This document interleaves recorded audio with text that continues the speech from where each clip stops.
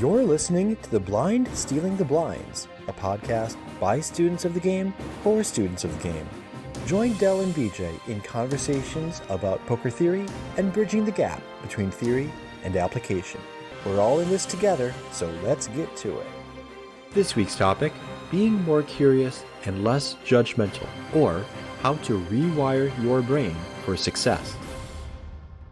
Hey Del, how's it going this week? It's going well. It's been a busy week for me. I'm working a little harder than I expected. They've started my overtime sooner than I thought, but it means less poker, but it means more money at the moment, which when this job is over means I'll have more money to go play poker.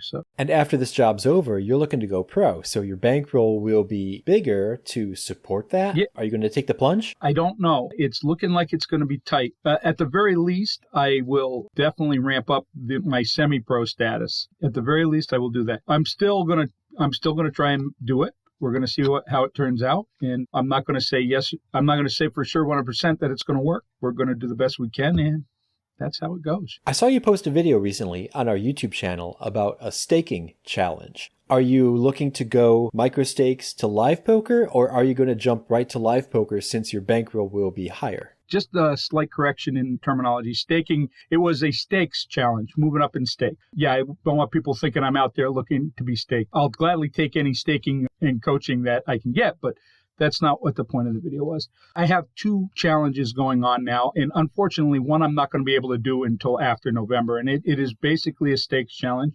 My goal is to move from the bottom stakes online to, at the very least, 50 NL. I'd like to actually get to 100 NL, and I'm just going to track how that's going week to week.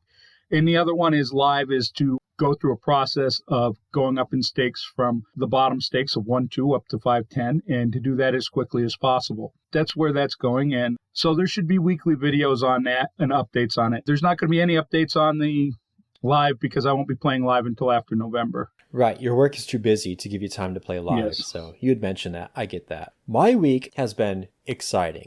I left my job. Friday was my last day at my company. I start with a new company Monday. So Thursday, I did a bunch of out-processing work. I found myself around noon with nothing to do. So I did the most logical thing. I went to the casino. I ended up playing a session, and it was time well spent. It ended up earning me more money than I would have had I stayed at my job.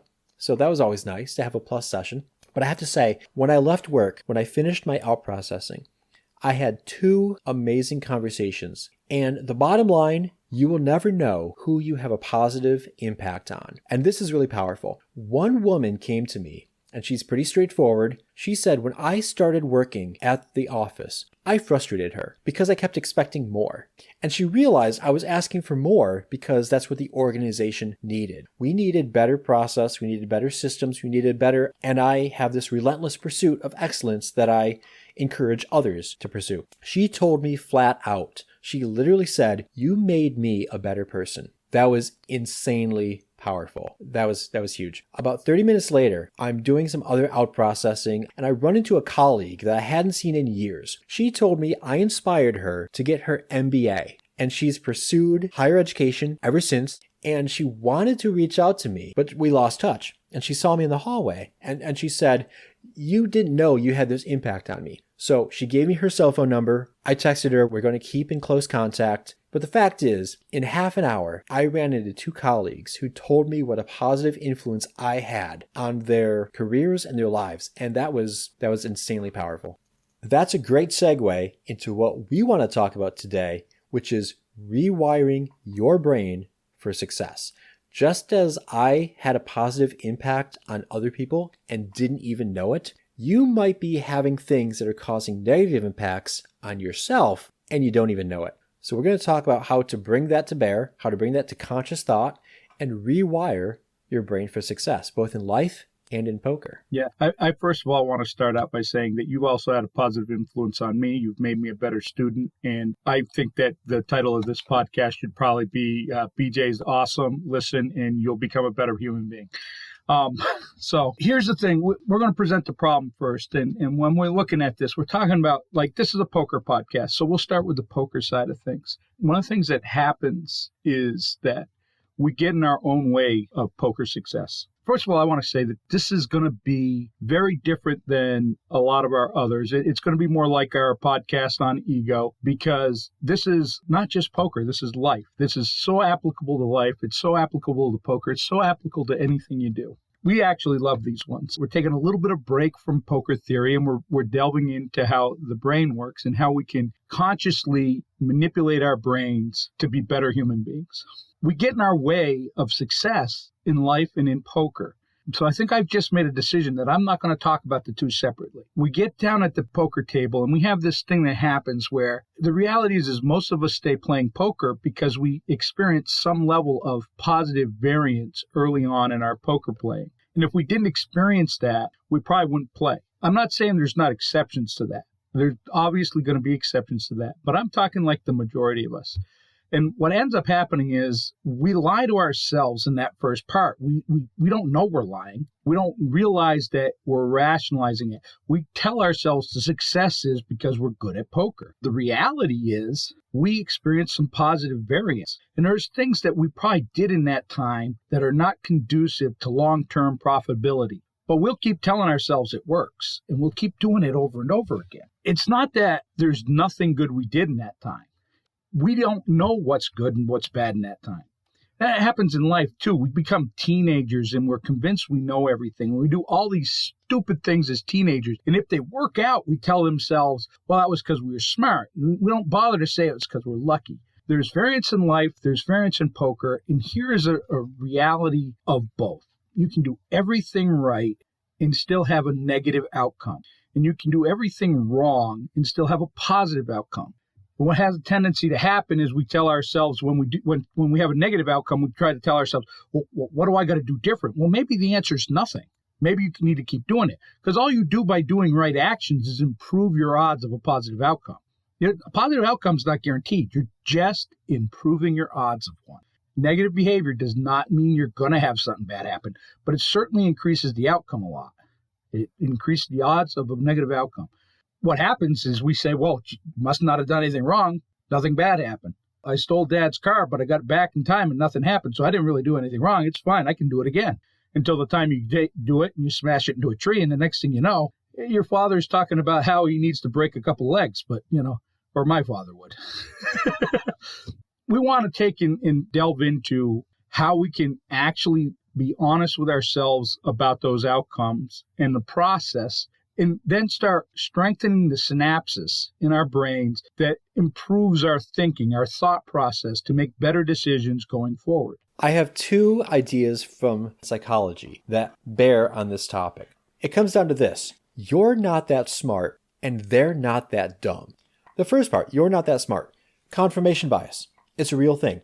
We are programmed to believe the things that we want to believe, and we count stronger than we ought to those experiences that reinforce those beliefs, and we discount those experiences that run contrary to those beliefs. On the negative side of it, the fundamental attribution error. Everybody's done this in the car. You're speeding down the highway. You're zigging in and out of traffic because you got to hit the restroom. There's a darn good reason you need to get to where you need to be.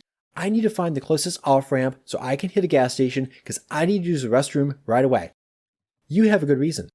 If you see someone else weaving in and out of traffic, speeding down the highway like a demon, you think to yourself, they're an idiot. What's wrong with those people? They're going to kill somebody. Don't they know how reckless they're driving?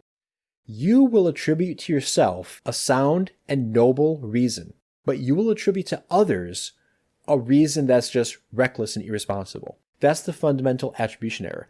You're not that smart, and they're not that dumb. The poker creature were so good at rationalizing. They should have never called that bluff. What's wrong with them? I bluffed perfectly. Why'd they go? Well, maybe you didn't bluff perfectly. Maybe you're trying to bluff a calling station, and you should know if they ain't folding, we ain't bluffing. Oh man, I can't believe they cracked my aces with 7 deuce off. Okay, fine. It happens. You mean limping with my aces wasn't a good idea? Probably not. Go listen to episode 1. But no, there's a lot of science behind how we rationalize things, and how if we want to rewire our brain consciously, like Dell's mentioning, we need to be honest with ourselves. Yeah, that's the first thing. And we're going to talk about tools later, but honesty is actually a tool that we're going to use here. It's one of those things we need. And it's self-honesty. And if we can't be honest with ourselves, then we need friends who are capable of being honest with ourselves. So it doesn't matter whether we're talking life or poker. We need those friends. We need those people who do it. There have been people who've told BJ, there have been people who've told me that your poker's not sound. One of the things, I joked earlier that BJ's made me a better student, but he has. He's made me a better student because I've been able to watch the success he has by listening to other people. The fact that he was able to listen and apply so much easier and have so much more success so much faster than me was like, holy crap, maybe I'm the one that's wrong here. Maybe I do need to start listening to all these coaches and friends that keep saying your poker's not sound. You need to do something about it. When we're looking at consciously rewiring our brain, so first of all, let's talk about some facts that are important to know. They used to think that your brain grew until you were a teenager and then it stopped growing.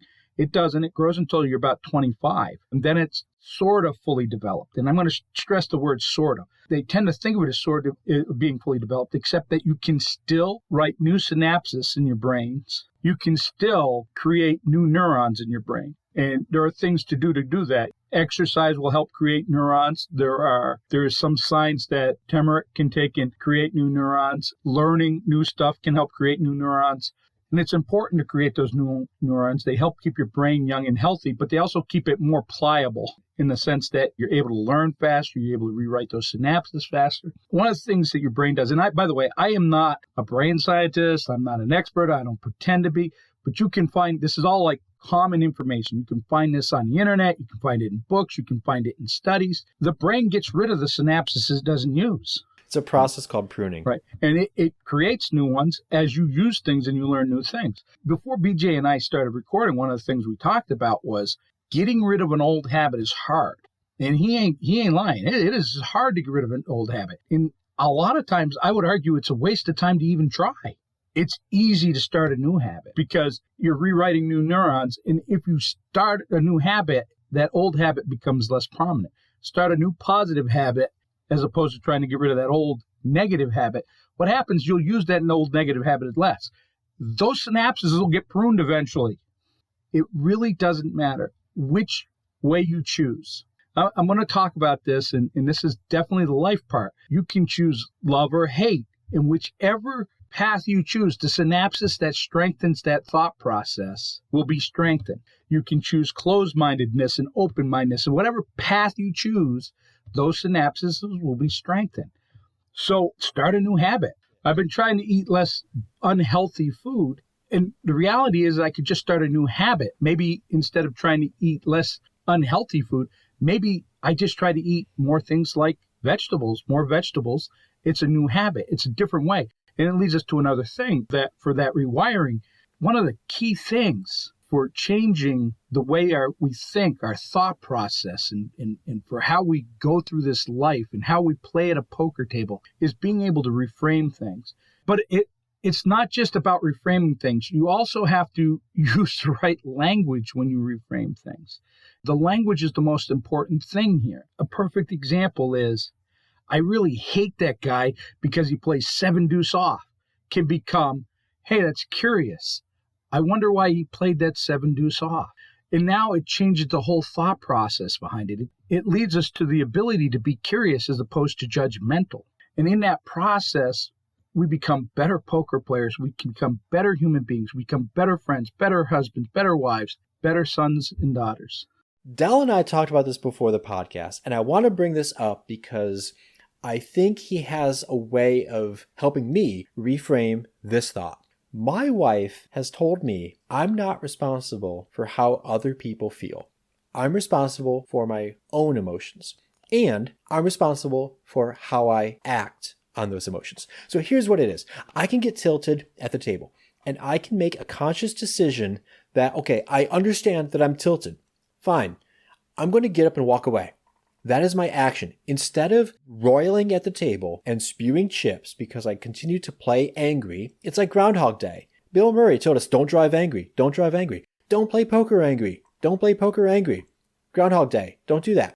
Get up, walk, take a break, and then come back. I understand that I feel tilted, and I choose to take a positive action on that emotion and get up and extricate myself from the situation until I'm calm and then return. Dal and I were talking before the podcast that I can actually choose to feel differently. And that's different to me. That was a pretty powerful reframing. So Dal, could you share that with us? Yeah. And the first thing I want to do, I just want to add one other thing you had said. You said that you can't choose your feelings. And I didn't agree with you. I want to be very clear because somebody's going to hear this and say, well, what do you mean I can choose my feel? And they're going to be mad and they're going to be sucky. I don't want you to do that. What I'm saying, like you have that initial emotional shock. I can't believe he just showed up there with Jack 8 off. That initial emotional shock that is like, wow, it's powerful and it's so instantaneous. Do you really have any choice in it? Not that time. Not that time. But if we take in that moment, we take the time to reframe it. If we take in that moment in time to look at it and change it to a question of curiosity as opposed to a statement of judgment, and we take the right action. The right action is enough. It really is. The getting up from the table and going for a walk is enough because the right action is really the core, but it can go deeper than that. It can go so much more than that if we start to look at the right feeling for the next time. So we can reframe that. It's curious. He showed up with Jack 8 off. Why did he do that? Well, maybe he likes to gamble. Maybe he thinks that this is the way to take and be deceptive. We already know it's not a good part of a well-constructed range. The stacks were too small. It didn't make any sense. I'm going to go for a walk and think about this. And we come back and we can come back to the table with how I'm going to feel about that in the future. I'm going to look at that as a very positive thing for me that he's willing to play that way. I'm going to feel good when I see him show up with Jack 8. You can change your future feelings. You can change your future emotions. And it's not going to work perfectly, by the way.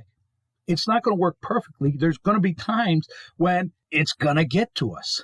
But the reality is that the more we work on it, the stronger those synapses become. The more we look at it from the perspective of curiosity, be joyfully curious of the world. The more we look at it from that way, the more we strengthen those synapses, the less likely we are to get angry at a bad event. I like how you gave us two tools, reframing and language. I think we need something in addition to help us implement those two tools. And that's a presence of mind. Somehow being present and understanding, all right, I'm not exactly sure how to say this, but here's what I'm struggling with. Initially, yes, I have the shock. I'm tilted. I'm frustrated. I'm upset. I'm whatever the emotion is that I'm struggling with.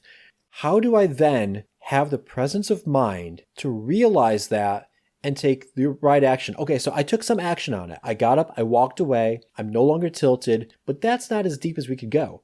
We could start reprogramming our brain to no longer feel that emotion in the same way, but have kind of a growth mindset on it. For example, I was playing this weekend and, we had just done a podcast about how people don't know how to play jacks. Jacks are so hard for people to play. Under the gun, raised to 10 big blinds at a 1-3 table. She opened up to 30. Everybody folded, and she tabled 2 red jacks and said, that's the only way to play jacks, with like definitive authority, like thou shalt always play jacks thusly. So let it be written, so let it be done. And everybody around the table commiserated with her and agreed with her, and I stayed conspicuously silent because that is bullcrap. And that kind of ticked me off. Instead, if I had the presence of mind, I would have realized all these jokers around the table don't know how to play jacks. Is that an insight into their psyche for how they don't know how to play other hands? Maybe they don't know how to do a solid range construction. Maybe they don't know how to play post-flop. Maybe there are chinks in their armor that I can exploit, and I didn't have the presence of mind to realize that. I just got mired in my emotion.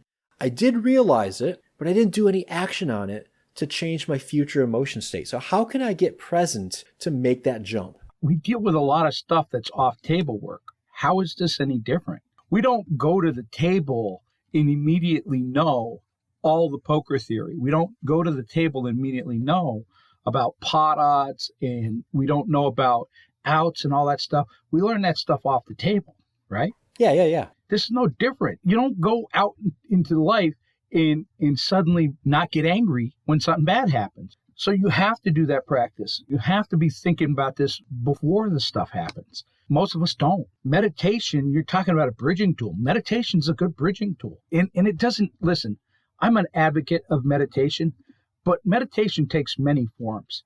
If you sit down with a question and think it through thoroughly, that is meditation. If that's all you can, if you want to say, I'm not going to sit there and do mindful meditation and I'm not going to listen, that's fine. Sit down with the question and examine it. And that is a form of meditation. The question could be, how do I not tilt next time?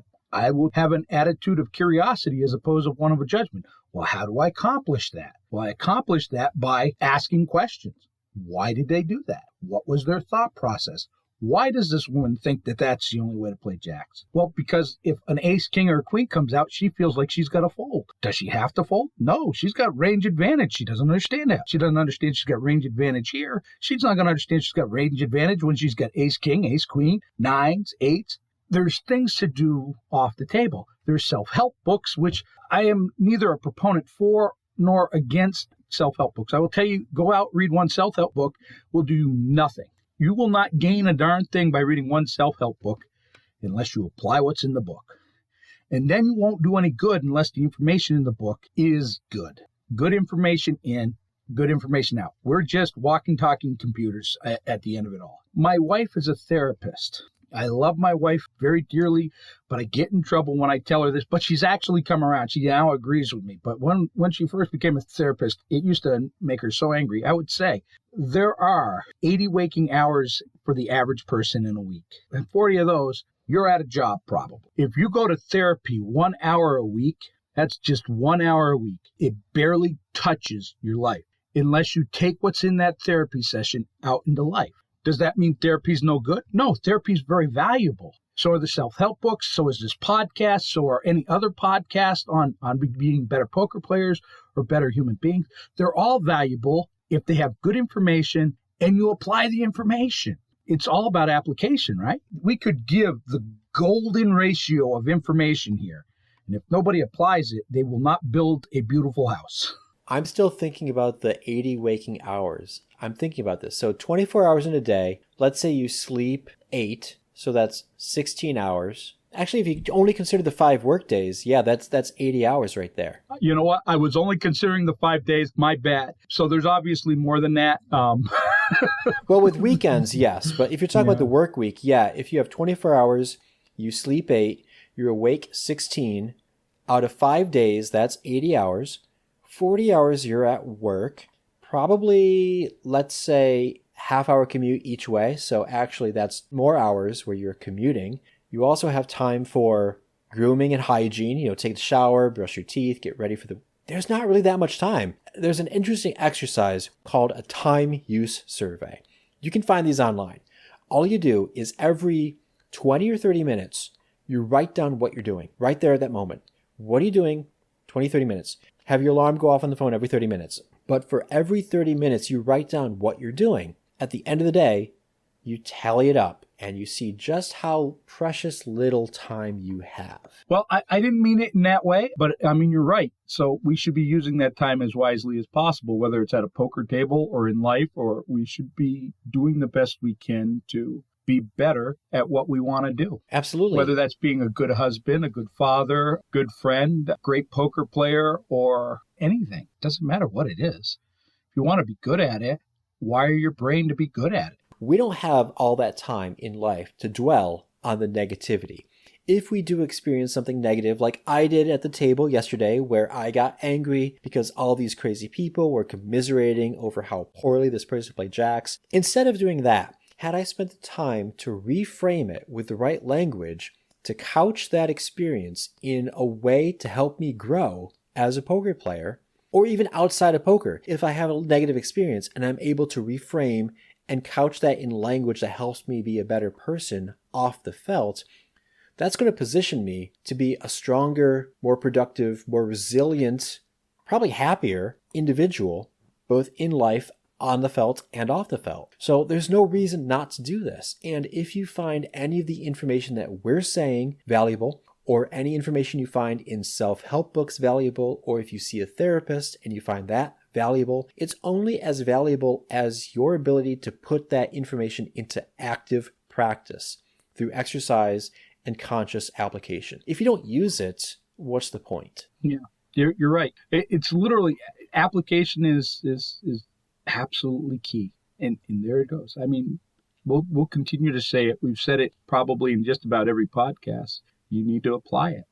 Theory's great. It means nothing if you don't apply. The way we've branded our podcasts is you and I are students of the game, for students of the game, helping bridge the gap between theory and application. Because it doesn't really matter how much you know. It matters how well you can apply it. I got to say, this is a really powerful podcast. One thing, this is going to be a tool. I know you mentioned reframing and language. A while ago, I talked about a journal for gratitude. And since that podcast came out, I have programmed my phone to remind me at 8:30 p.m. to update a Google Sheet.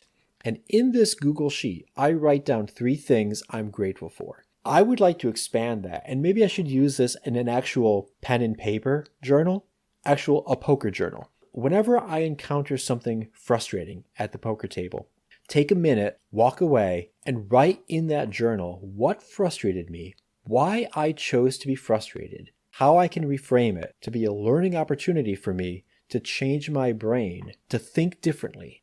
I think this was a Willie Jolly quote. Keep doing what you've been doing, keep getting what you've been getting. If I want to get different results, I need to do things differently. And I will never do things differently unless I take the appropriate actions. I think that's great. That's a great exercise, and I hope some people take up on it. And what I would say is that the one thing I want people to apply, I want them to listen to this. I want them to go out there, and I want them to apply this after they hear this podcast. The next time somebody does something or something happens that makes you angry, before going down the path of blame and anger and judgment, take a few deep breaths and just ask why it happened, why they did what they did. Try to get towards that curiosity and away from that anger. Because there's very, very, very few solutions in anger, but there's a lot of solutions in curiosity. Well, I can't think of any better place to end the podcast than on that note right there. So thanks a lot, Del. I think this was a fantastic topic. Thanks for sharing so much on this. Right. Thank you, BJ. It's always awesome to be spending this time with you. As always. And until next week, this is The Blind Stealing the Blinds.